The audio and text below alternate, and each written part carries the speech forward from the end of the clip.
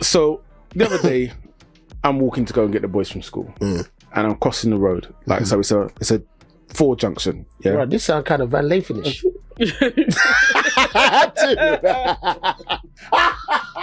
Oh, we got a new verb. But somebody can't say to you, Mike, you see that tune? You put too much drums. Yeah, in. they can if they want to. I think I think the bottom line is, people do not like black men showing emotion.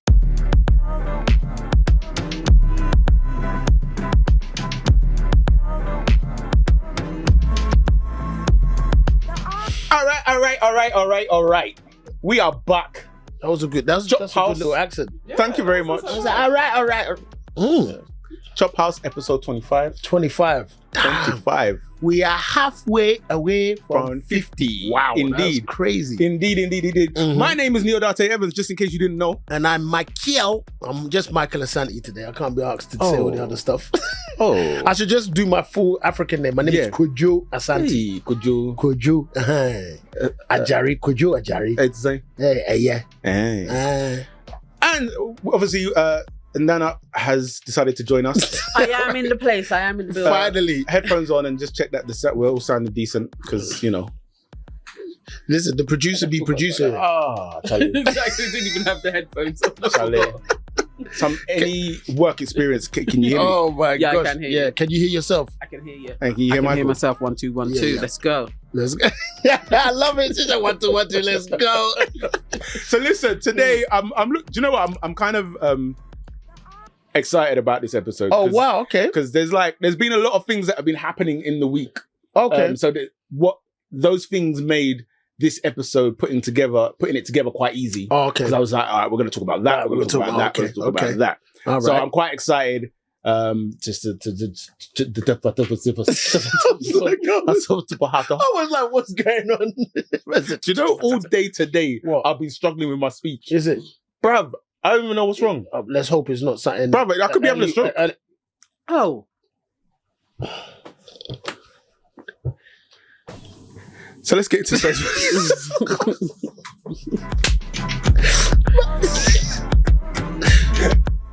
Mona Hustle Show. We got Michael B. Jordan, the director and the star His of face, Creed bro. 3. And you know, we know each other. We go way back all the way to Chad Science in Newark. Okay. Oh, yeah. Kid, right? No, I did not say that. Misquoted for sure. No, you did not hear me say. I said we used to make fun of the name, but yeah, he is obviously killing things out here. How was the difference between you actually directing and working with the same people that you were directing? So I haven't seen the full clip, by the way. Television show, So I've jumped to the end of it. Favorite restaurant here? Oh man, Whatever the hotel is, something like that. That restaurant. Well, you're not corny anymore. That line at the end, that's what spoiled everything for me. So take the line at the end out of it. Okay. And obviously the first bit is the bit that was going around. Yeah. What was your take on that, first of all? I think I didn't mind both interactions. Okay. Like her kind of saying it and his response. Back. Yeah. And I guess what I heard, I think I heard the line before. She did say it. Well, she didn't say it. Someone else said it, but she agreed with him. Yeah. And when you think about the interaction, I guess, of what he was doing, it would have been considered, and actually I heard this on another podcast, just the notion of what a black boy in that part of town is meant to be doing, he weren't doing. So therefore he looks corny to them. Because he ain't a bad man and he ain't running around doing all the hoodman things. So there's a lot of things there, because for me, the issue, the idea that because he wasn't doing bad man things, that made him corny, there's a lot to unpack there. 100%. And I think that's something I really feel that is more relatable to a black person's conversation. Because when we talk about hip hop, when we talk about culture, you know, those things have always been verified as a way to be and seen as strength or power. Or, you know, I weren't no joke. I used to do this. Yeah. You know, man, I had to do this on the road. So man ain't a pussy. Or all of these different things kind of live in that space of a person who actually was just trying to elevate himself in a space that he was passionate about, which was purely and utterly acting. Yeah. And it's very clear that he had that drive from the beginning. And it's very, very clear where he ended up. So she can have her opinion and she can say what she said. He did call her out though. I personally think in a nice way. I think he was super nice. He said, corny kid, right? Yeah. Yeah. And she goes, oh, we didn't say that. He goes, I heard that. So did you hear the radios or the podcast? Yes, right. I did. And so to her defense, she didn't. Yeah, she didn't say She didn't call him corny. She just basically, the other woman said he was corny. And then, but I didn't think it was from that. Oh, you think he's talking about something else? I think he's talking about when he was a kid. He heard it then. Right. So I thought he was referencing that. Me personally, I mean, that's my take. Okay, yeah. Do you get me? Because he said corny kid, right? And I don't know if he's going to be listening to that podcast. That sounded like a podcast that wasn't. But it's not even that you're listening to it. Like somebody hears it and tells you. Okay, tells you about it, sends it to you, whatnot have you. But this post came up on a page that was to do with Joe Budden, right? And then everybody in the comments was getting at Mike. Yeah, because Joe Budden also got at Mike. He felt the way he was speaking to black women was the issue. How do we get there? That's kind of what he was saying. It's like, why are you treating... No. So this interaction between Michael and this woman who we used to go to school with, how does that then become an interaction between Michael B. Jordan and black women? He says, look at how you dressed her down and treated her badly in that way. Joe's out of pocket. So that's where, and I mean, I can understand his emotion towards that. Who, Joe? Yeah, fine. I can understand his emotion towards that. Like in the sense that, okay, in that circumstance, he didn't need to do that. He could have spoken to her after the fact. He could have just done the interview. He knows her and his career have both elevated. They've both moved to a different space. So there's no reason to call her out in that way. That's his point of view. And it's valid, in my opinion. But what nullifies everyone's argument is that she said, well, you're not corny anymore at the end. There you go. That's where it changes for me. Yeah. Because it's very, very clear. Yeah. You said it then. But then also what that showed me was like, props to her because she maintained her professionalism. Yeah, they both were very, very professional. But she was burning. Like that whole interview, from when he said that and then they got into the interview, all she could hear him say was maybe. And in her head, she was like, "This just call me." And what I also think is, I don't know whether I didn't see any of this, but the nuance is we talk about this. We talk about this in regular life from the early fable stories of the tortoise and the hare. We talk about this. That's what he did. He ran the long race. But to be fair, like his scenario is the scenario that a lot of the red pillars talk about all the time. Whereas like, when man was a nerd, people didn't want to know. Man glowed up. Now, do you know what I mean? But now all these women are all always happened, bruv. Whether it was Jerry Springer back in the day, Look at Me Now episode. Yeah. I forgot about that. Family went there, Bruv, because that's... No. Like, we talk about this and that is it. It's everyone like, stay on your path. If anything, both of them got where they needed to get to. Yeah. And unfortunately, just today, that day, the shoe was on the other foot. Yeah. And he had every right to express himself. He wasn't mean. He didn't cut her. He didn't treat her like a piece of shit. He didn't do like, I don't know, something to slight her or anything. Yeah. He said, I think he handled it perfectly. And I mean, I thought that interaction was good. Like it was, it sparked a good conversation, it sparked a good debate. But then, the end line just said, okay, cool. Well, more props to him because he had to deal with that as a young person. It's like the end line, she showed who she was. Like she was like, oh, okay, so you turned not up. Corny anymore. You turned up. And man directed the film, bro. Do you know what I mean?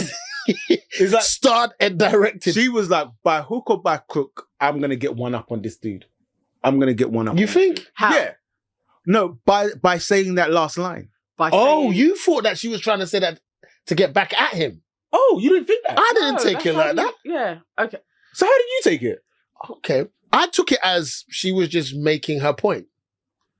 Like, we've passed that. We're not there anymore. How did you take it? I took it as it was like she self-confessed. I have coated you off when you were a kid. Because she started off, to me, it's like you're a liar. you started off by saying, I didn't say that. And then you ended with, you're not corny anymore. You had called him a corny kid. But do you think she said it in... So, for me, there was resentment in the way she said that. Okay, I read it as facts. She just said the facts. He's definitely not corny anymore. You see why it's not facts for me? Okay. It's because when you were calling him corny back in the day, I wouldn't class that as facts. So for you to say I'm not corny anymore can't be fact, because I'm not saying that man was corny in the beginning. This is a beautiful moment of what perception is. How powerful perception is. Yeah. Because everyone colours said lines the way they see them. Yeah. Because I mean, that's what, as I said, I think the bigger conversation is the one I discussed. The notion about the black community and that of the hood, the ends, the ghetto, whatever you want to call it, and us always having to wear that as a badge of honor. Yeah. When if you really check it, sometimes that's not good living, fam. It's not. You're struggling. Like, I think I saw this thing. Someone said the way that people talk about poverty is like it's something, and it's much more mundane and boring than anything. Like being in the hood or being in the ends and being in poverty ain't fun. No. But then when you hear the records, when you see how people move, all of these things are a true mirror image or reflection of that hard living. Yeah. That we have to move in a particular way. And you can't just roll around and be the corny kid. Why? Why? You can be the corny kid if you wanted. You know what it is? It's because now those people talking about living like that then are living a particular type of life. Okay. And so because of the lens that we're looking at it through, you can almost, I want to say glorify it, but you can, when you've been through struggles. Last time we spoke about it on the pod, when you started music, you're 19 and you're going through this, that, and whatnot have you. But you can look back on that and be like, shit, I've come a long way. Yes. Sort of thing. So it's the same essence when people are on tracks and whatnot have you talking about that. But I think what's happened is kind of tippled over into this space now. In the same way we were like gangbanging and whatnot have you, where it's like, Jesus, what? What? Did I jump there? Was that a big jump? Was that a big jump? Wait, gangbanging. Okay. Wait, no. I need to get my head right. I needed to get my head back in the mix. I was like, yo, what?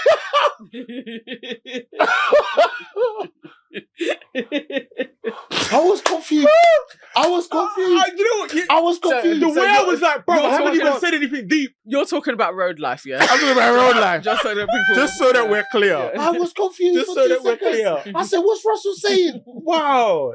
Trying to get your mind from the gara. No, bruv, finish myself. It just made me look way bad. Oh my day.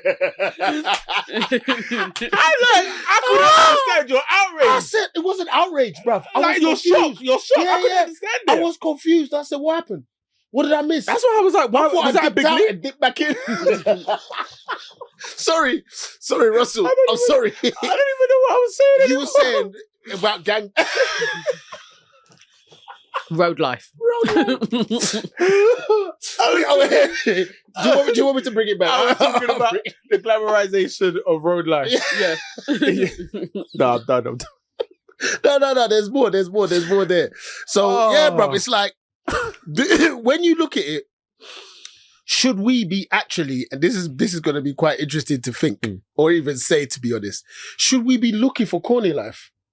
So that you know that you're never ever having to deal with that. Listen, so we're going to put this corny label on it, right? Mm-hmm. And I think that for me is the problem, is because it's not corny, innit? It's not corny in the same way that you've got young white British-born children who are walking around going, "Yo, what's going on, my G?" Yeah, and it's like, that the way that they speak has become known as the way that black people speak. And so then if you're black and you're like, "Good afternoon, how can I help you?" And then somebody else will be like, "Yo, my man don't even talk black. My man talks white." Yeah. It's like, why are we putting these dumb labels on things? I don't know, bruv. But that's what I'm saying. That's what I think is the bigger part of that conversation is because what should we be searching for? Should we want to end up to have the story, ending up having the story as a Michael B. Jordan? I think you take what you take. You are where you are, isn't it? Your struggle is your struggle. So if you're born somewhere and you're poor and you've got to struggle, then that's your story and no one's going to take that away from you. But you certainly don't glamorize it and be like, okay, maybe this is going a little bit left. Okay. But then just to kind of give it another lens, the notion of just even with young men and young women wanting a guy who's a little bit rough or got a bit of an edge to him. The bad boy. Yeah. We've heard that forever. Yeah. Whether it's done in a romanticized way, like a cowboy. Yeah. You get me? He wrestles friggin' cows and bulls. He's still a bad boy, isn't it? Yeah. But then also at the same time, it's like, does everyone want just a guy who's just into something quite nerdy? No. I mean, there is the movement around the early 2000s, like the black nerds and all of that, and the geeks, and that did become cool. There is definitely a movement chic, that, like a chic that kind of came with that, innit? That wasn't really around when we were kids. Like, you know, they have that, but there's lots to it because they say physically, and they blame this on the pill, that it changes the hormone receptors to what would be deemed as a very good man before. And so because it's artificial, it generally goes a bit rogue and is more attracted to testosterone that is also rogue and maybe synthetic, which can be quite toxic. So they're saying that you can attribute the rise in wanting a bad boy to actually the pill and the chemicals that are within our food. This is a theory that's out there. Well, I need to research. It's on the rise of wanting a bad boy. It's supposed to be. But I don't know. I induced. feel like it's been longer than that, but maybe not. Maybe you're right. No, it has been longer, but No, I think You think of like the 50s. yeah. And Yeah, even they like were youth bad culture boys. back then, it wasn't really, it would be like he had money or he was a provider, but it'd be a stand-up.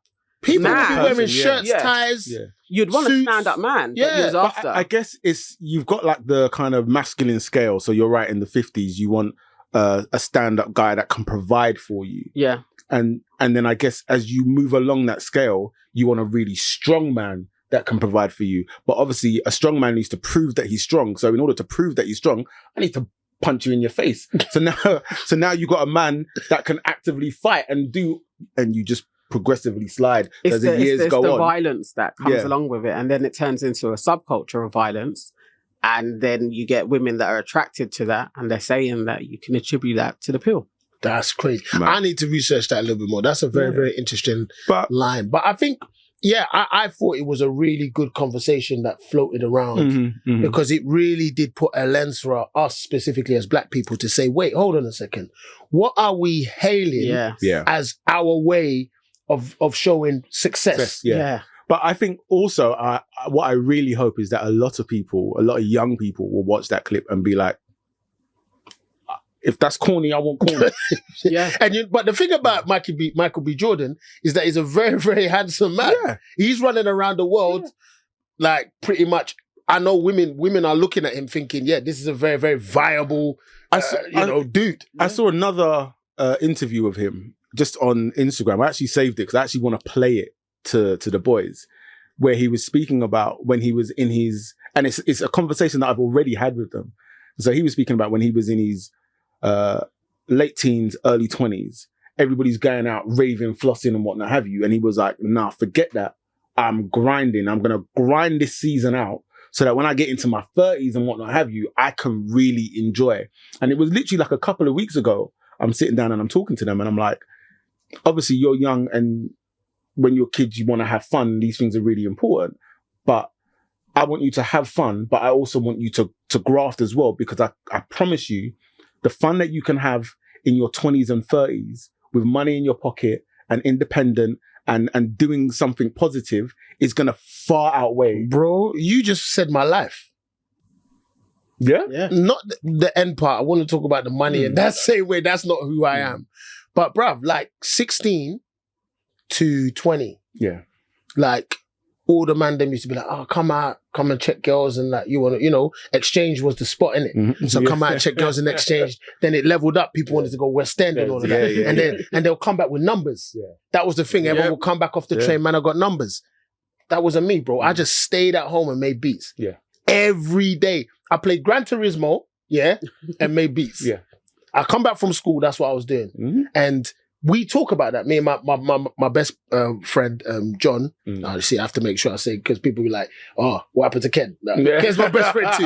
But John is I've known since I was 2. Yeah. And yeah, he always references that. Like, he looks back and goes, yeah, bruv, all them times we were saying to you, come out, but then now I'm living fully that. Yes. Yeah. Do you know what I mean? And by 25, then exactly what you talk about, then the money came. Yeah. And then you can really start. And I was Mikey J. There you Do go. you know what I mean? There you go. So there is a truth to it, but then also at the same time, it's tough when I look back on it, I do remember the feelings and the emotions of not FOMO, but the feelings and the emotions of not being connected. I get that. Okay. I get Do you that. get me? But Like, would you change it?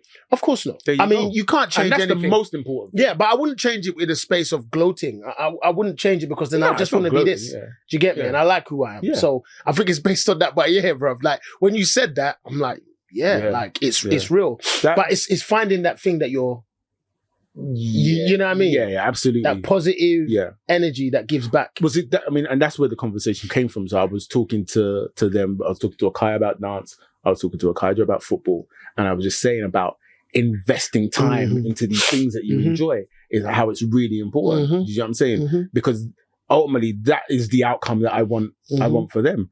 So, you know. And you know what, at the risk of my own, I don't even know there's a word, but it's not coming to me, bro. I have to make sure I clarify something about me saying that he was a very handsome guy. Because I said it and I was like, you cut me off, and I was like, that sounds like the reason why, like, I mentioned that the notion of him being handsome and that for women specifically, is just that, you know, everything shifted for him. Like the whole world opened up for him, but you can't choose that. Yeah. You know, and so he managed to luck out because unfortunately, fortunately in his circumstance, the world is his oyster. Yeah. And it's not necessarily about choosing that. It's just about choosing yourself. You understand? So it's like, I am putting myself first. The things that I am passionate about, the things that I am good at, I'm going to take time and hone my skill and become good at that. And again, something else I've heard it many times before, but it came up today again, is like the man who enjoys walking, is always the man who enjoys walking will enjoy getting to the destination as opposed to the man that's just focused on the destination. Do you see what I'm saying? So it's just like, that's true. The journey. Enjoying the journey, the process, the way. Yeah, man. I mean, more power to him. I mean, I haven't seen Creed yet. Have you seen it? I ain't seen it yet. I ain't seen it yet. I want to go check it out. I do. The next video, we still got more Michael B. Jordan. B. Jordan. Oh, okay. So it's the ladies will love this one. Okay, fair play. There's a beautiful picture of black love. I think it's a beautiful picture of just love, period. But it's also black love. Oh, yeah. Yes, it is black love because it is two black men. Schultz is too much, man. And I don't know. I don't even want to say, I guess, you know, we're not used to seeing black men like that, but that's we not are true. used to seeing black men like that. Yes, we're not. I guess we're not used to seeing men in this pose. We're talking about the picture of Jonathan Majors and Michael B. Jordan. Oh, is that what that is? What you mean? Oh shit! You didn't see the picture? Look. No, but I thought this was a Moonlight 2. Shut up. Schultz, man. Can I read what Van Lathan, our guy Van wrote? Please read what Van wrote. Van Lathan said, I've been seeing the comments on this pic of my brothers, Mike and Jonathan. It seems like the tenderness makes some of y'all uncomfortable. Let me tell a little story. I had an epic panic attack in 2004. What? I've told this to y'all in the past. Me and my oldest friend Ryan were on our way to a basketball game, and my body just started punishing itself. We stopped, and I went into a convenience store. They called paramedics. I actually had to be airlifted. I and they thought I was going to die. My friend who was with me was what y'all would call a street N-word. He put that in parentheses at the time. Doing his thing and pretty emotionless about it. When I was spiraling, hyperventilating, and breathless, I turned around and saw him. He was crying. He didn't know what to do. And he thought his friend was about to go. He put his arm around me. Van, you okay? Van, I love you, bro. Come on, man, breathe. The closeness of the moment. The touch, the words, help balance me. I was also scared to ride in the helicopter. My friend, my brother, who is not at all what any of you would call woke or evolved, even still, had to show up for me with affection. He had to hold me. I'm begging y'all, stop adding to the emotional castration of black men. Stop sexualizing every bit of vulnerability we show, including to each other. It's hurting us, and it's hurting those around us too. Michael B. Jordan and Jonathan, appreciate y'all. Oh my! Let me tell you something. Why are you using that voice? If you see So gayness in this picture, if you see anything about sexuality in this picture, it's you. All right. What do you mean? Because I don't see that in this picture. Yeah. I agree. I don't see that in this picture. No, I don't. But what was interesting about that for me was he started off talking about this is just a picture of black love. Da, da, da, da, da. No, but Schultz was being a prick. He was being an asshole. Yeah. But Charlemagne said what he was said. making a friggin' joke. Then Schultz came and made his Moonlight joke and whatnot have you. Brother, it was the whole setup was for the Moonlight joke. Yeah. That's why it was in his head. But then, obviously, I know, you know, with Schultz, yeah. You know when somebody's love like, it, bro. I just got to get this line off. So you're talking, but you can see my man is just waiting to drop the line. That's all. I love his ascension, what he's done and how he's developed. Yeah. So dope. That's another conversation. Oh, we spoke about him before, haven't we? No, I don't know. We haven't. Okay, we'll get to that. Oh, wow, okay. No, we did because when Joe Budden went at him. But that's fair. That for me, that was a fair one. They both had a fair one because he went in on him too. Everyone was going in on each other. But anyway, back to this. So now I know like Charlemagne and Van Lathan are cool and whatnot have you this year, but the fact that when he was reading that post from Van Lathan, he then read it in the way that he read it. Which to me said, so on one hand, you're telling us to normalize seeing black men in those positions, but you can't even read that normally. Like you have to. Charlemagne is a beautiful contradiction to me. You know, his whole career, like he was the bad guy. Yeah. And now he's on the other side of that talking about anxiety and stress and all of these different things. So if he didn't have that side, he wouldn't have this side. Yeah. It's like we all need that. And he was still being Charlemagne. Yeah. I was depressed. It was so funny. And he's a funny person as well. No, he is. But I just thought, like, it's not like I even took offense, but I was listening to him thinking, that's interesting. It's like, can't you read that in a different way? Yeah. I mean, maybe it was for content, pretty idiots. Yeah, and there's all that as well. Absolutely. But more than anything else, I did think there was too much sauce put on it. In general, with Charlemagne, but also in the post for me, for Van Lathan. You thought there was just bare sauce on it. Like everyone was trying the way that Van wrote it, or Van wrote it, and the way Charlemagne said it. Okay, so that's interesting. Why do you think there's sauce in the way that Van wrote it? He could have just said, do you know what I mean? It's like, I don't know how to say it more than anything else. Like, the picture was the picture. We didn't need to turn it into... Shall I tell you exactly the part where he's added too much in Van Lathan's post? All right, it's when he says that I turned around and I saw him. He was crying. He didn't know it. He didn't know what to do. He thought his friend was about to go. He put his arm around me and he said, Van, are you okay? We don't need all of that in a caption. Like, for me, well, that's what was said, Russ. I don't know why. But he's adding a lot to it. Baffled as to why that's TMI. For me, it was just like, bro, he could have just hyped up the photo. Okay. He had to talk about his situation, his scenario. Not that that's a bad thing. So Van Lathan is a writer, right? Yeah. Okay. Mm-hmm. So in a sense, now we're critiquing his. No, I'm just saying it's a lot. Like you could see why you would. But somebody can't say to you, Mike, you see that tune? You put too much drums. Yeah, they can if they want to. Russell, what's going on? What's going on? Do you know what it is? I just fundamentally disagree with this. Like I fundamentally. You don't disagree. think he's putting too much sauce? I think the bottom line is people do not like black men showing emotion. That's the bottom line. That's interesting. That's the bottom line. That's interesting. I don't know. I don't know if I can, hand on my heart, say that. Because I definitely don't think I've had that experience. You know what it is? It's like... Have you had that experience? No. Oh, so then, Russ... Okay, all right. I haven't... So, wait. So because I haven't had the experience... I didn't say that. Yeah. All right. So we haven't said that. Okay. So because I haven't had the experience doesn't negate it from happening. But even just then, Nana pulling out that part and saying, no, this is too much. So a man saying, that he thought he was about to die, and seeing his friend upset and crying. So a man just expressing this thing that happened, that's too much? For me, it wasn't the line. It was, he could have just commented on the photo. That's what it was for me. No, but he's a writer, so he's putting it into context. So he's saying, look, this is this photo that everybody's getting up in arms about because It's So just okay, sorry to cut you, but slightly just to cut to the chase. What did his story have to do with the photo? That's exactly my point. Say it. Okay, Just tell me what it did. yeah, what what's it it got said. to do with the picture? his story is an analogy. You see when. So you'll talk about something, and then you'll bring in an analogy or something else to liken to. Yeah, he's showing camaraderie. He's saying fundamentally, you have this picture here, okay, of these two black men in a pose, and it's upset people. So his thing is, when people see black men being delicate with each other or showing emotion or anything like that, they don't like it. And so he's given an example from his real life. This is my situation. Yeah, and this happened to me. Yeah. Okay, and he's just sharing it. But in his story, it showed the thing he's talking about. In his story, he felt a man, his friend, who was a street N-word, go, bro, are you okay? Like, he showed him the love he's talking about. Yeah. For me, like, it means Sorry to cut. How did he end it? I think it was like, we stand with you, Michael B. Jordan or something. Yeah, that could have been the picture for me.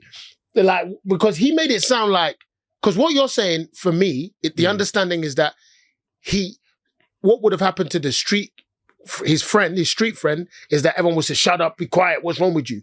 In that moment, they managed to he showed his care. He cried because his friend was about to go. They had that experience. It wasn't cut off. It wasn't told, you can't do this, that, and the other. He never said that in that story. As a writer, as you said, if that was a part of the story, so he's showing the importance of being able to express. Yeah, so that happened. It happened in that moment. So that happened. Yeah. And he's showing the importance that even these two, this street N-word can cry and show his feelings. Yeah, and it's important that black people need to be able to do that. Yeah. So he's saying, so I'm asking you, when these two black men are just close to each other like that, not to put on it in the way that you are. And I hear you. Because when you do that, it stops these moments from happening. I hear you, but then also at the same time, bro, it's the flipping internet.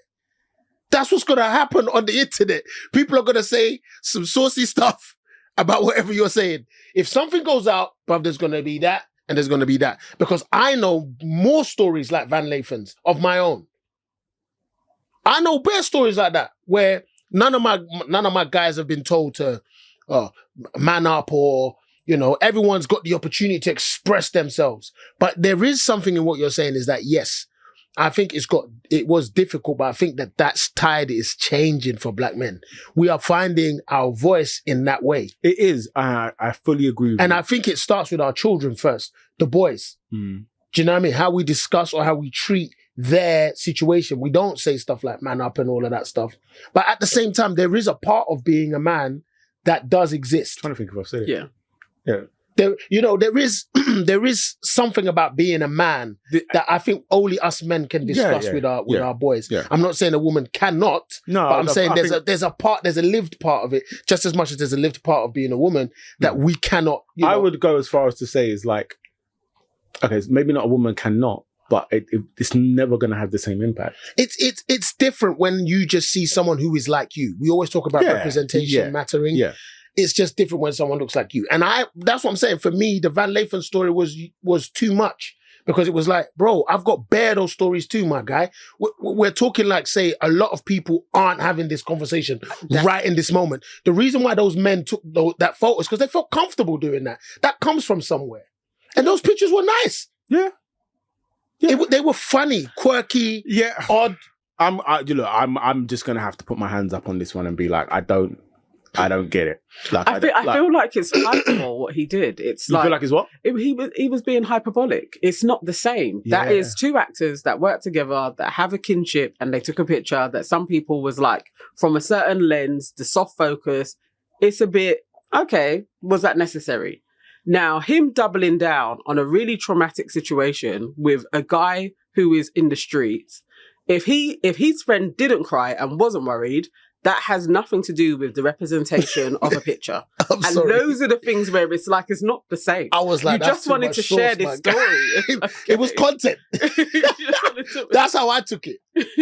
And I could be hella wrong. Let me be hella wrong. But bro, when I looked, I was just like, Van, come on, bro. Like, I've heard your story. and it's beautiful that you're getting to say that, and you feel comfortable to say that. It's probably the first time you've ever said that story, which is great. But isn't that the thing of like, you hear someone's story, or you see a piece of art, or you hear a piece of music, and it triggers something in you. Yeah. Okay. Yeah. And so then, therefore, surely you have the right to be like, oh, I listened to this. No one said he didn't have the right, did my it. brother. It's just Yeah, that he did it. He Your did it. brethrens, like Charlemagne Yeah. and Schultz, may take the piss. And And he did. And they did. And I just take issue with it. Yeah, I know. Take issue. I know. I mean, they're both. I mean, I see Charlemagne as a comedian. Like He is. He's a comedian. He is. Yeah, and he's really sharp and super quick. So yeah, all good. But yeah, bruv, come on. That's the problem with the internet. You cannot expect the internet to ever be kind. Like you do one thing, they're just gonna So when you pour into it, then it's just gonna happen like that. Charlemagne's gonna talk like he did about his friend. He said, "This is my friend Van Lathan." Oh, I was scared. Bro, come on. But yeah, I mean, the bigger story, and I know that I always kind of think and talk about that is say this bigger story thing that was happening online at the time was just the notion of this feminizing of black men. Yeah. That's become, because the Jonathan Majors, I don't know if you got that in this now, but he had yes, on the ebony cover. Yeah. And what people didn't know is that he was actually dressed up as an anime character. Yeah. Right? And so when people talk about that, I'm like, okay, cool. I hear there's a line, but that's once again the internet. It's going to turn things, because I don't look at that and think, oh, they're feminizing him and all of that. I just think he chose to dress like this guy, or it was a vibe, it was an energy, and they liked it. Also, and I think the other thing is a lot of people talking on it or talking on that picture. I was just like, yeah, but that picture wasn't for you as well, though. Like it was. So it's like, in short, you got a lot of guys, a lot of the manosphere, a lot of the red pill community talking about that picture. And I'm like, boy, that picture wasn't even for you. Yeah. And it's funny because Flip on Joe Budden podcast made an interesting point. And I felt the way Joe kind of sunned him wasn't right in the fact that he was making a good point. He said, there are how many billions of people on the earth and how many billions of people like anime? Yeah. Yeah. Do you know what I mean? So he's referencing and talking to a whole other community when he dresses in that way, because the anime community will be like, oh my God. Exactly. And what was it on Ebony? Yeah. Yeah. It looked cool to me. There's definitely loads of black women that are totally into anime as well. And it's not for men. No, it's a women's magazine. And the thing is, I ain't even going to lie, as a man, I'm just looking at him thinking, yo, that's a physique. Like, do you know what I mean? Like, man, come on. Man, you know what I mean? I'm getting there, though. I'm getting there still. Well done, bruv. Well done. I'm not. I'm far away from it. I've got to figure it out. The thing is, listen, if I got a physique like Jonathan Majors, come on. You are going to be sick of me, you know? Oh, wow. You said that with power, bro. Sick of me. You know? I will be sitting bare-chested on this podcast every single episode. I will be very uncomfortable every single episode. I will not give a damn. Bruv, I wear black shades, so I just can't see you in this corner. Bruv, I will see. Even I'll go to the extent of buying one of those pink jackets, and I'll sit the way that he was on the thing. Yeah, like proper, like let it come over here and there as well. I'll be like, yeah. That's amazing. I'll be like, what's up? Why we have to open your legs? It's like that. It's like, what's up, That's what he's doing. Yeah, what's up, Mike? He said, what's up, Mike? Nah, bro, I'll be leaving. Yo, this is the Chophouse, man. I was like, what happened to your accent? Yo, man, this is the way it is, man. Your eyes. It's your eyes. It's so sincere and serious. Dear, nah, yeah, man. Gosh. I mean, I just like the fact that these conversations are happening, if I'm honest, in the black community, because they're more nuanced now. Mm-hmm. Back in the day, we were dealing with probably some bigger, harder issues. Now, the some of the toughest things we're talking about is Michael B. Jordan feeling corny. And, like, some of our problems are shifted. Our ancestors are looking at us like, yo, you guys got time for this. It's funny that you say that as well, though, because, and like just about being able to talk about it. Yeah. Because when I check it, our most watched episode is our episode on grief. Oh, wow. That's a lot, man. People looking at my face crying. I haven't even watched that. I can't watch it. No, it's our most watched episode. So it almost contradicts everything I said in the sense that... Okay, there you go. Yo, but you know what? If nothing, I'm honest. You know what? Bless you, I'm bro. real. Bless you. You know what I mean? You came and you spoke the truth. Yeah. Like, come on. In the sense that they're... Bruv. there are people there, like, and there are men seeking it. Yeah, you know, and I definitely say I feel that with my people. yeah. Do you know what I mean? There are more moments that of Van Lathan. I mean, Yeah. not of the tragic trauma, death, and all of that, but definitely.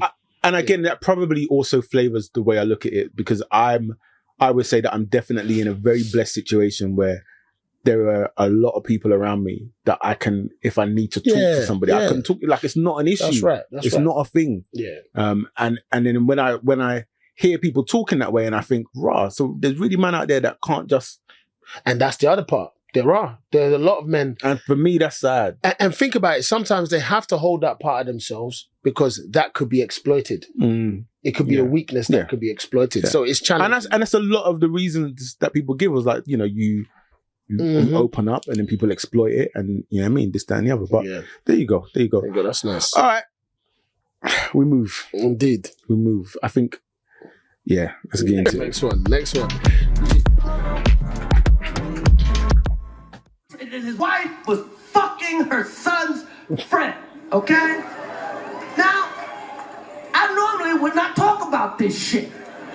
But for some reason, these niggas put that shit on the internet. I have no idea why two talented people would do something that fucking low down. We all been cheated on. Everybody in here have been cheated on. None of us have ever been interviewed by the person that cheated on us on television. None of us. Hey, I was sucking somebody else's dick. How did that make you feel? She hurt him way more than he hurt me. Okay?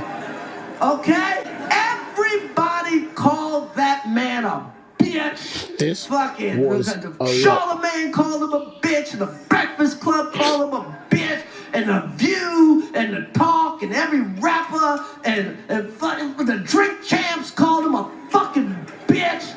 Everybody called him a bitch. They called his wife a predator. Everybody called him a bitch. And who's he hit? Me. Big man thing, yeah? Bruv, the violation is mad, bruv. The violation is mad. Chris Rock will never be cool with Will Smith, bruv. Never. The hate is too deep, bruv. And I don't even think it's because of the slap, bruv. It's because he didn't do anything when he got slapped, bruv. That's what's bunning him. Like, even if he tried to defend himself and got bust up, or even if he tried to like throw a punch and security ran on stage, it would have been something, bruv.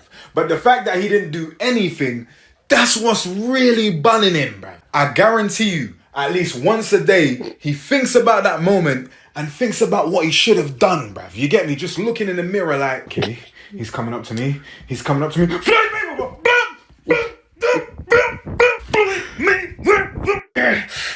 Just fuck you. Just fuck your wife. What's up? Let me get together.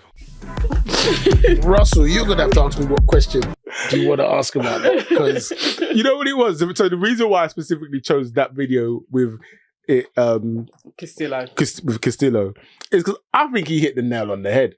You're like, we've all been there where like you've been in an argument, you've been in a situation, situation's done, you go home and then you're like, fucking should have said this.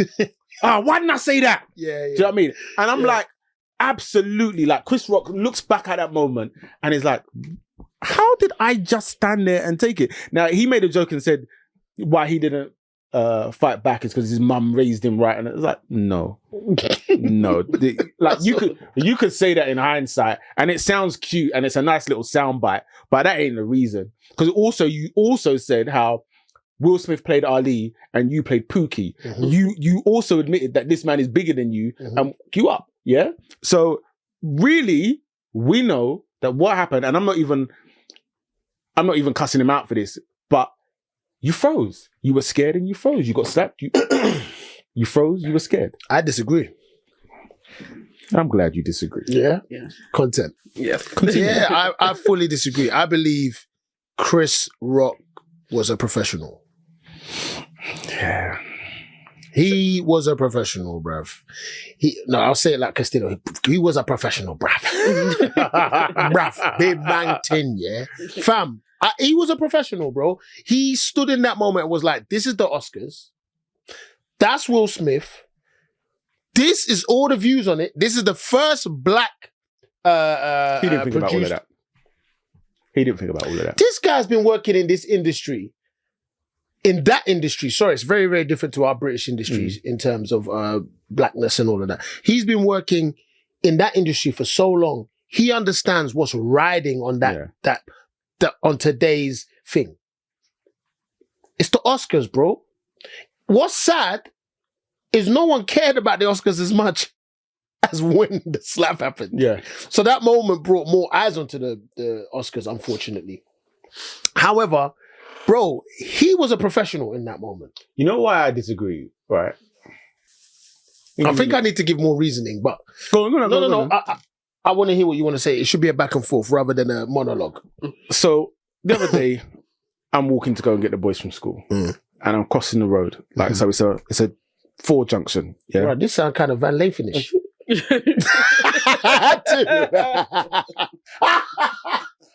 We got a new verb. This is why black men can't talk. This is why black men can't express their emotions. Man started talking about a road. This is why black men can't express. Vans, I stand with Van. Who's about to get I slapped? stand with Van. Who's about to get slapped? Which one of you about to get slapped? Which three of you? What do you mean which three? Which one? Okai, Okaijo, or you? Who's getting slapped? No one's getting slapped. I'm sorry. Mother. It was a beautiful door and I had to walk through it. Sorry, go. So just because a man wants to tell a story and add description, you got Charlie, it was a joke, man. Chill. Chill. It was a door. I always want to hear your stories, especially when it includes the kids. Come on. Let's go. So anyway, let's go. I'm going to walking to school to go get them. I'm crossing the road, but I'm crossing it at a diagonal. Yeah. There's a car coming from here. Right. But my man's not slowing down. Oh, shit. So he slows down a little bit, but then speeds up. So I'm in the middle of the road. So he speeds up and then just goes like around me. So my immediate thing is like, I'm like, are you all right? Are you all? And I start walking after the car. Okay. Yeah. Because I'm like, you're fucking taking the piss. Yeah, you're angry, right? Like, I'm angry, yeah? Yeah. And then as I'm walking, I clock other people and then like just kind of watching me, watching what's about to happen next. My man's still driving. Like, and I know that the road he's gone down is a dead end road. So in a moment, I'm like, oh, wow. You ain't going anywhere because it's a dead end road. Yeah. And then in a moment, I was also like, nothing happened to me. Yeah. Nothing happened to me. It didn't, yeah. And so then I stopped, and I turned around, and I went and picked up my kids from school. Right. Now, if the car had clipped me, or he had got out, so even if it didn't clip me, and he would got out, we would have gone at it. Yeah. And so this is why I'm like, when I think about Chris, because even me in my rational brain, like, no, you did the right thing because nothing actually happened. Yeah. Do you know what I mean? But I still think about that moment and go, yeah, I don't disagree. Nah, do you know what I mean? Yeah, I don't disagree with your notion of that probably it repeats on him. Like, fam, I should have done something. Yeah. But, bruv, I think he was doing his best. Because I always said, and I think I've said on the podcast before, my problem with that moment is just how no one came to Chris. Yeah. Stop the thing. Yes. Stop the thing. Let's check on him. Let's see where he's at. Let's see what's going on. And he continued to sort out the next category. Yeah. Although he was a bit flustered, it shows that he had that. But we had don't his know what professional happened behind the stage, though. No, but at that moment, you've just been hit. Yeah, but he Literally, continued with the show. That's exactly the point. But So I'm saying that I think because he's continued, no one's going to come onto the stage and stop it because he's continued. It's not that. Afterwards, there was a break, and everybody went to Will. Yeah, no, and we Chris saw is the still- cameras. Yeah, but he's still on the stage. We can see him. No, he's not. He is. He's right there. Will's there. Chris I is can't there. remember. He's not. Literally, there's a whole wide shot. I've watched this analysis of what took place to death. Oh, wow. And literally it is. That's an analysis. There's publicists that go straight to Will. Yeah, I saw a lot of And people. he doesn't have that. Chris doesn't have that. And then he kind of like wanders off. He goes to the back.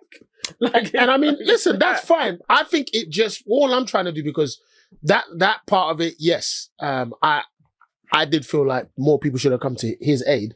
But what I'm using that to illustrate is that he was so much more in his professional bag because of that moment. Yeah. because he could have just walked off stage. Yeah. He could have cried. Yeah, he could have done so many different He cried that night. He could have gone, do you know what I mean? He didn't even do that. He said, he put his whole head forward like this. That pause when you see it like this. But even that, you don't even know, like, him just moving his head forward like that. He That, said, that could have been the antagonizing thing where we were like, no, I'm really going to slap this motherfucker. Bro, sometimes I do think about that and think, Will was angry. He was seething. Yeah, to say, keep my wife. Wow. Like, he needs, like, Ooh, I hope he's on dealing with, like, yeah, that's true. You see, that always comes to bring. You think he was on, because not for me, I don't think it was on. It was he looked at his wife and he saw how she felt. Okay, I don't know how you switch so fast, yeah? Because remember, the clip before, He was laughing. he's laughing. Mm. Then he says the thing and he turns, he kind of does that smile and looks at Jada and gets up. You know what the thing is, though? I don't know what he's on. Ever since it happened, everybody's been running with that narrative of, like, Will was laughing a minute ago. And it's like, that actually doesn't mean anything. Like, because he was laughing. It's an observation. But it doesn't mean anything. Yes, he was laughing. People are saying he was laughing, and then Jada looked at him, and then he stopped laughing. But think about it more in the sense that it's been happening persistently. That's how the Smiths are looking at it. Mm. The Smiths are saying, you came at me the last one, you came at me one before, chill. So she rolls her eyes, and why we don't even need to talk about this anymore. I think we're talking.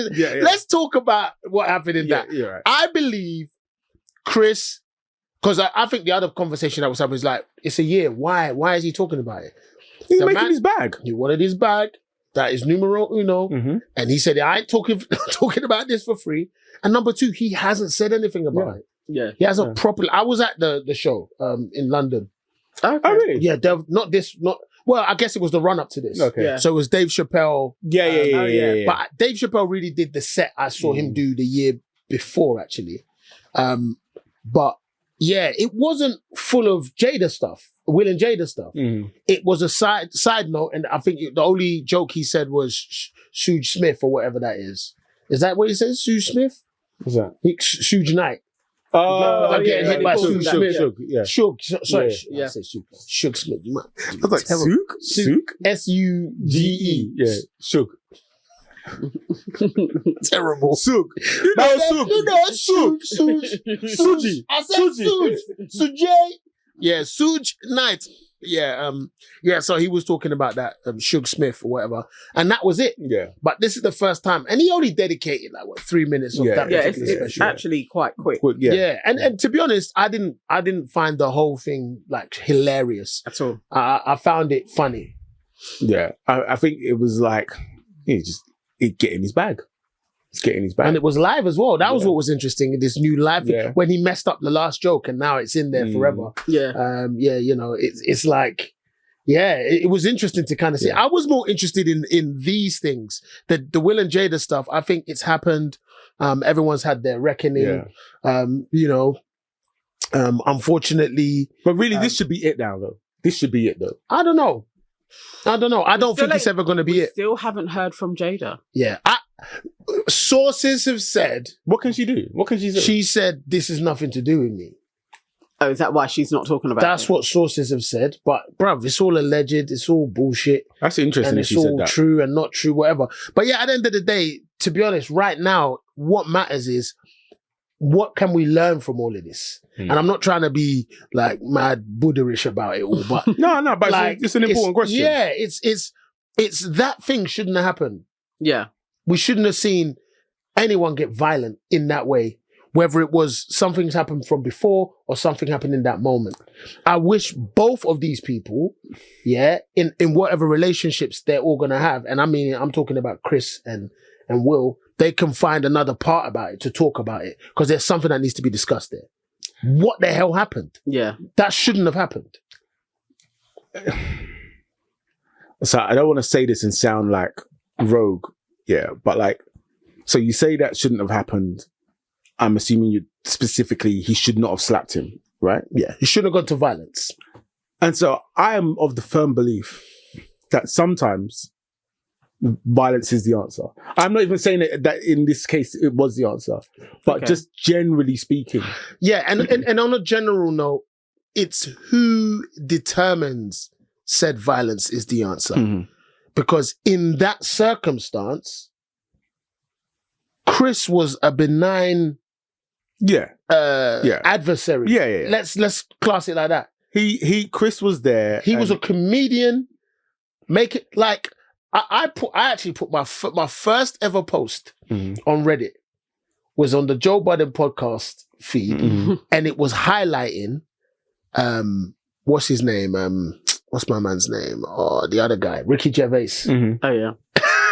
And what he said, I'm never going to repeat it.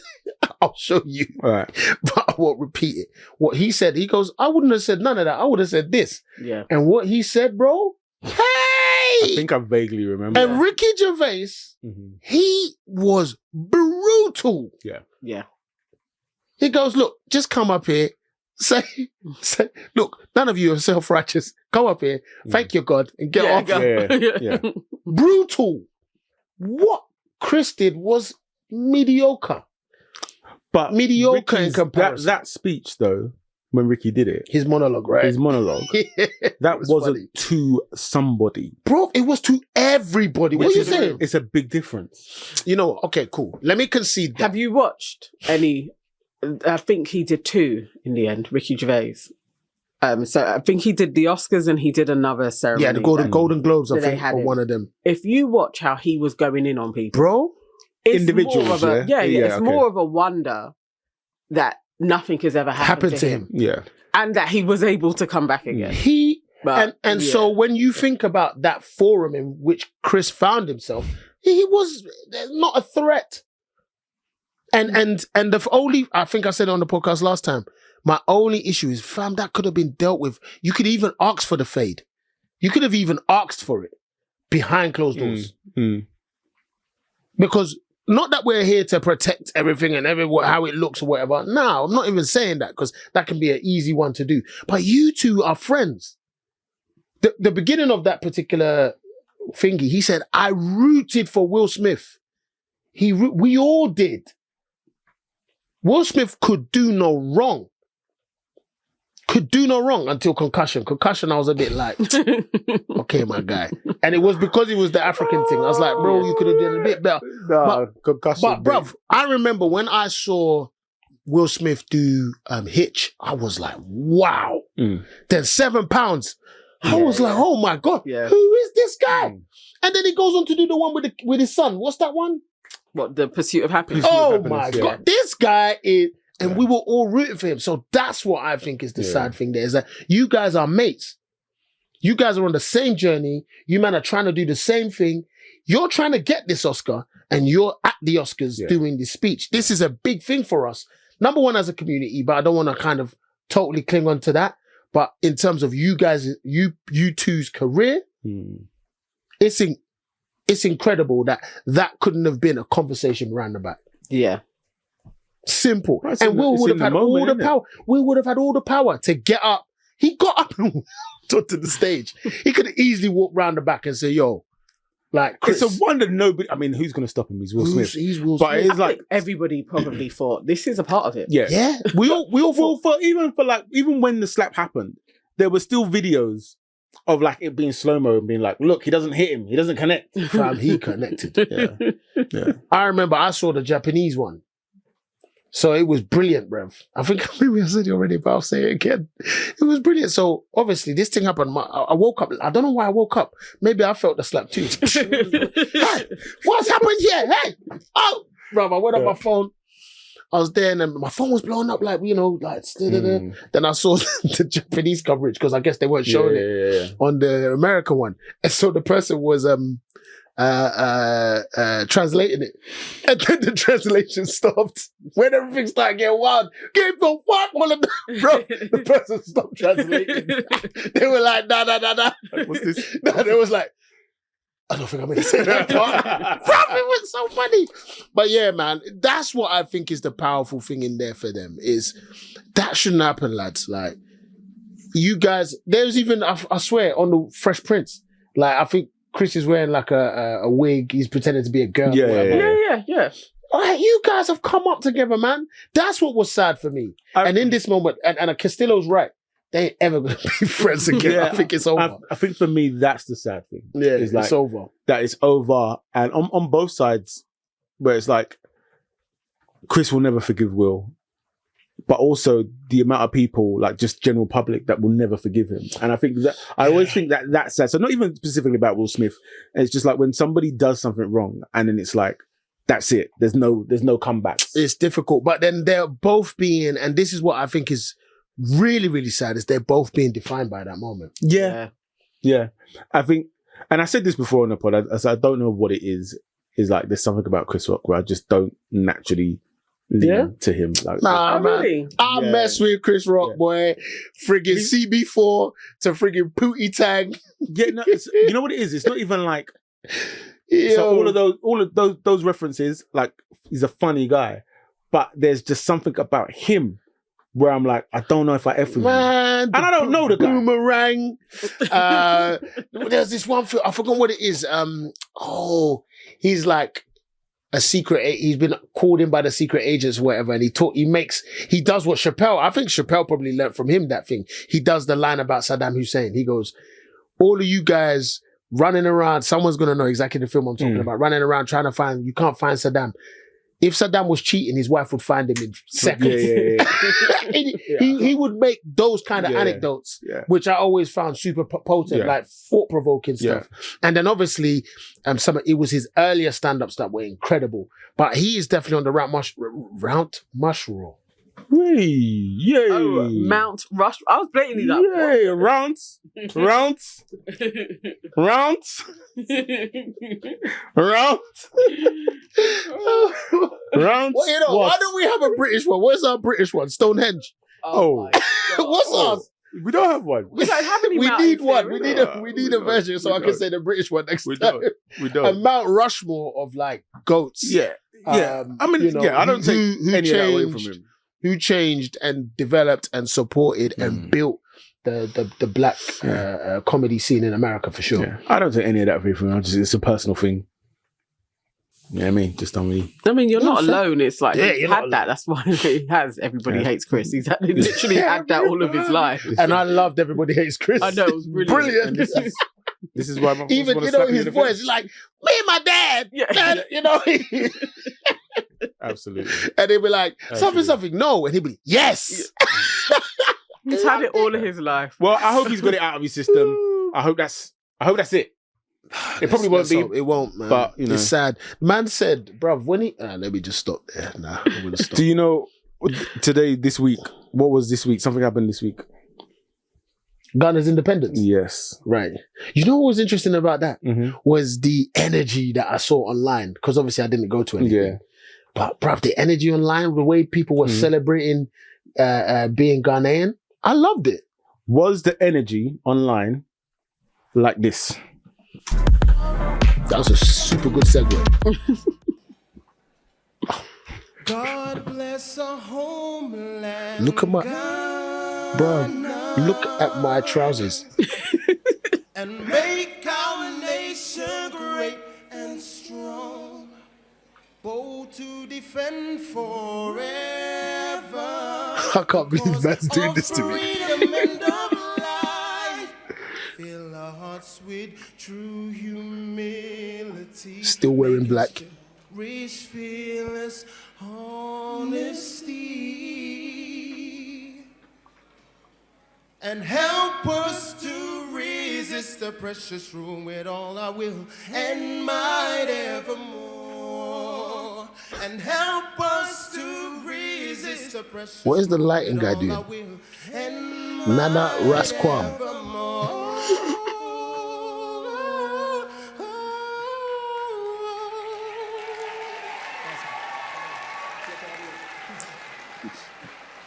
Look how we walk off, bro. It's like we're at a funeral. Thank you. Okay, so for context, that is me and my younger brother singing at Ghana 5707. Ghana 5707. Mad. 2007. We did Ghana's 50th independence. Yeah. And so obviously everybody was doing like. So what happened was the reason why I came across that clip was on the weekend. I was actually looking for some old stuff that I had filmed. Bruv, And why so did it say Nana Rasquam? we'll get to that. We'll get to that. Okay. So I was looking for some old stuff that I'd filmed, and I came across a lot of the GBSN stuff. GBSN, for those of you who don't know, for Ghana's 50th, we put together an organization called Ghana Black Stars Network, and we did that event and some other stuff. And yeah, man, I just saw that, and I was like, you know what? I have to bring this here, because that for me, number one, organizing that along with Nana and Jeff and Elvina and Simone, Ressa Soul, Colette. This was our first iteration. You came to the second. You came to the second. No, I helped on that. And Michael. Yes, he did. What? Yeah. Fam, I brought the You didn't let me finish. You didn't let me finish, man. Let me finish, bruv. Let me land. He said, let me land.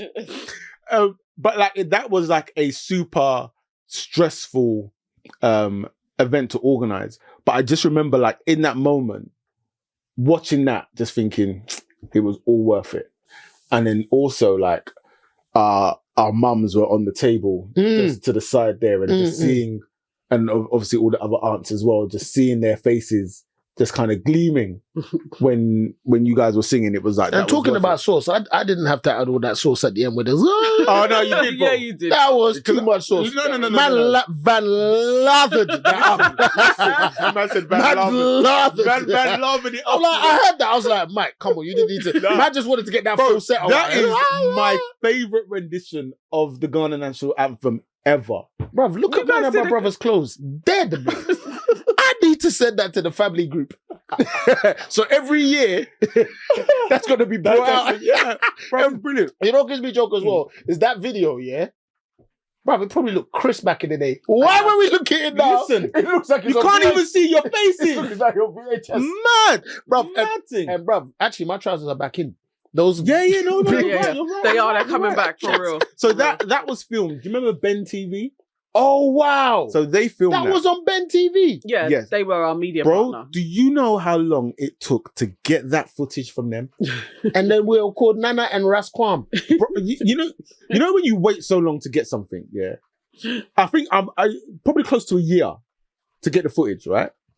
And then you get it, and then you're like, what was the person even doing? So basically, throughout the whole event, I remember there was a live feed or Yeah. something like that. and they would randomly flash up the name, and it's like, but you must know that the people on stage are not the people. No, but that was Nana is a unisex name, and I could have easily been Rasquam. But if you put up Nana and Raskwami for this man, Bruv, it and this doesn't woman, say Rasquami. It says it's Rasquam. let's Yeah, no, yeah. Rasquam is we got a new character. Sometimes Rasquam comes and sits here. Rasquam, yeah. Rasquam comes and sits here and Yeah. talks to us. It's like, so if you put it up for these people, why are you putting it up for these people? Bruv. Anyway, that was really surprising. And I haven't sang in such a long time. I mean, look, I always say it, man. If I had your voice, Everyone always says this if silliness. I had your voice, brother, Bruv, come on. it's a I wrap. remember some brothers would be like, oh man, if I could sing like you, bruv, I'll be singing. Bruv, it's my job. Who wants to do their job every day? No, you know what it is? It's just I don't want to do my job every day. I would just be singing and making songs. Nah, bruv, you'll be trying to serenade bare gal. That's what it sounds I like. would have done that in my 20s. I would have done that like early on. But now at this point in life, I'll just come in here, be like, go in the booth. What song am I going to sing today? I'm like, every day. You know what? I feel bad now because you used to sing on this podcast a little bit more. And most recently, Yeah, you I don't sing can't. much anymore. Yeah, no. That's my fault, isn't No, yeah, that's absolutely your fault. it? That's totally my fault. I'm so sorry. Like You used to sing. I still remember that moment where I'm just watching, where you were just watching me.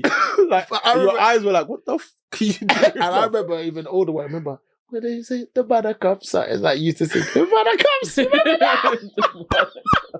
Do you remember? I can't remember where we were. We do like charades or something. That was at it charades? Sharona's place in Some North flat. London.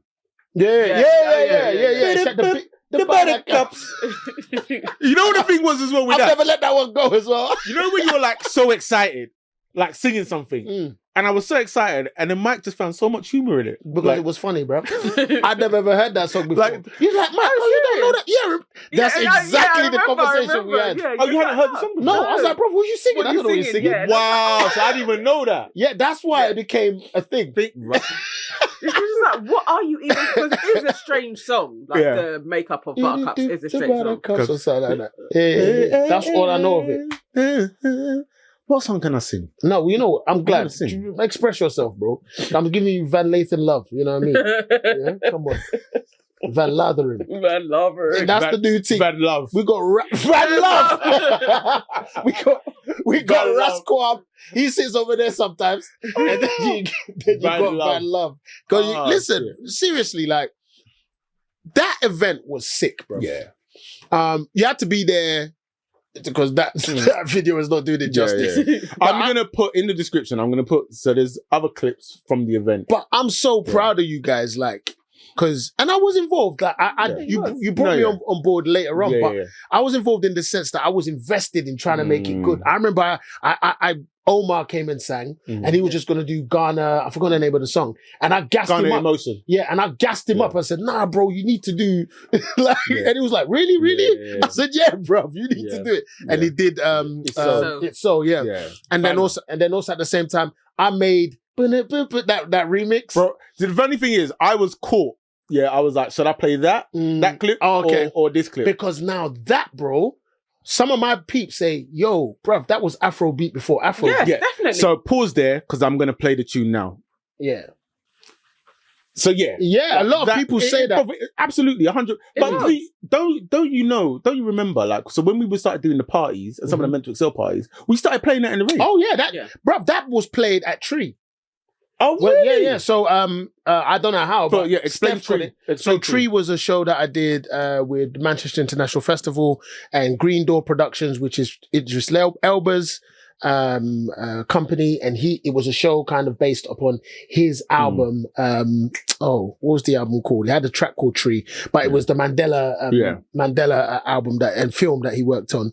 And we worked with Ras Kwame. And Kwame Kweyama directed that. And it was a moment, definitely a big moment. But what it is each time we started the show, we started it with a party. So people walk into just boom, boom, bass. Yeah. And then when they walk in, you know, the party happens and then the party ends, but it's like it's a circle. It's like, how can I describe it? It's like you've walked into a moment that we then find out what that moment was. Right. Or what that moment is. And how it's kind of come about. And he used to play, my boy Steph used to play it every so often. And yeah, man, it still bangs as well. But it was so random. And why that's even so much more important is that I remember you saying to me, you want to make a theme song for the event. Yeah. And then you gave me your dad's tapes. Yeah, the little tape deck thing. And I only most recently And so I remember I found that on one of the tapes. Yeah. To get me the way the world, full circle, bro. I'm telling you, man. Like, and then but there was another tune that you made. Ghana Mutia. But that's not I did a version of it, but that's Alan Family. Yeah. But like, obviously, it's got that bit at the beginning. It cuts into your. And then I did another one. Bow. Ghana that music. one was hard. That was hard. And you know what? Ras Kwame's actually used that before. With Skepta. Skepta spat on that out. On one event. Yeah. It's like Ras is just playing, and then Skepta, and I was like, oh shit. Wow. Like, this is my track. It's on YouTube somewhere. Yeah, I'm gonna search for that. Yeah. It's crazy, bro. So it spawned so much, and then I think about the after party as well, connected with that. Yeah. The event. Party. Come on, you did the catering. Yeah. You know, we got beautiful photo. I think with our mum. No, my mum's got a photo by herself. But you had like a photo, you know, when you came in, the photo. Yes. That was something else. It was a moment. It was. And then the dancers, Boy Blue danced, and we did. That's a brilliant. And then Nuna's mum made those jackets. Those jackets were so dope. And she's got a label now called Mukumakwa. She makes all her own stuff. Yeah. Yeah, that was a moment, man. It was. You guys have a few of those moments, though. There's a few. Yeah. You guys like at bar, and we've spoken about that. One day we should just talk about those days. Like get some clips. Yeah. Like the geek party. We're gonna do that. Yeah. Just get the old clips up. Yeah, man. Because that was from when you put the shoe up that time, innit? Yeah. Yes.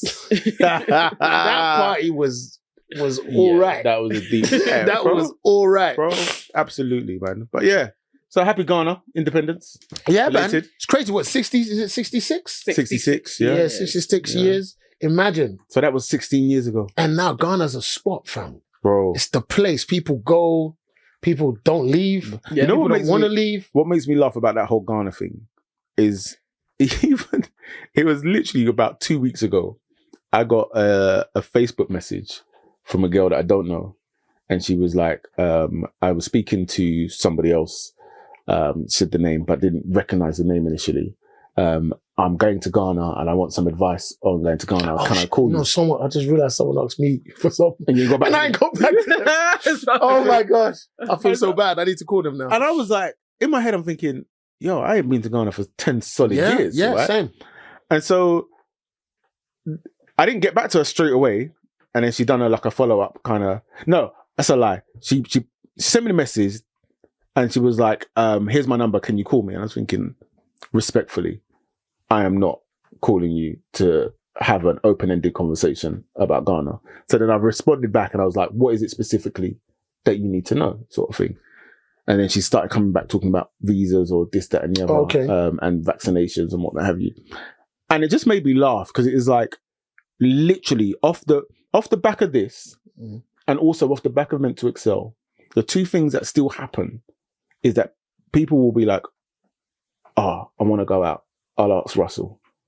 And I'm like, yo, I'm not the guy. Anymore. Like, I am not the guy. Yeah. And then people will be like, they've got questions about Ghana, and then they'll message me, and I'm like, I am not the guy. But it's testament To those events. 16 years. Yeah, man. Fam, I think you might need to start up a little something though. This year, I absolutely want to do a Meant to Excel event. Like, I absolutely think, even after this, I actually want to talk to you about ideas for the Chophouse live event anyway. Oh, man. Do you think we'll be able to do a live event? Yeah. But people will come to hear us talk. Of course. I want to mix it up. That would be crazy. I want to mix it up though. I can't believe people will come and say, yeah, we're coming to listen to these guys. Will you come? I think I'm going to clip this, and if we get at least 10 people. Oh my gosh. 10 people, but I'll be blown away. Let's see, innit? We 10 don't know. people. If there are 10 people that were like, I would come and watch a Chophouse live, Wow. then we'll take it from there. But Wow. it ain't going to be a standard podcast live event. I'm going to be eating fufu and a mutual. We're going to... Anyway. We're going to do something different. We're going to do something different. But yeah, man. Well, Is that part? that's the chop. Is that 25? That's 25, my That's brother. nuts, bro. That's 25. Well done, Russ. Well done, Nance. Another 25 and we'll be at our 50th episode. In it. Yeah, we have to do something for that. So, and then 100. yeah. Imagine if we do 100. Bro. How old will we be? That literally is just next year. That's just next year, bro. We'll be 40. 44. That's just next year. That's just next year. 44. Oh my I thought God. we'll be like 45, 46. No, bro, it's just next year, man. Okay, Yeah, fair enough. it's a beautiful thing. It's Yeah. a beautiful thing. But yeah, I've enjoyed that. Yeah, it was fun. I've enjoyed Appreciate that. that. And yeah, That's it. that's it. Bye. Bye.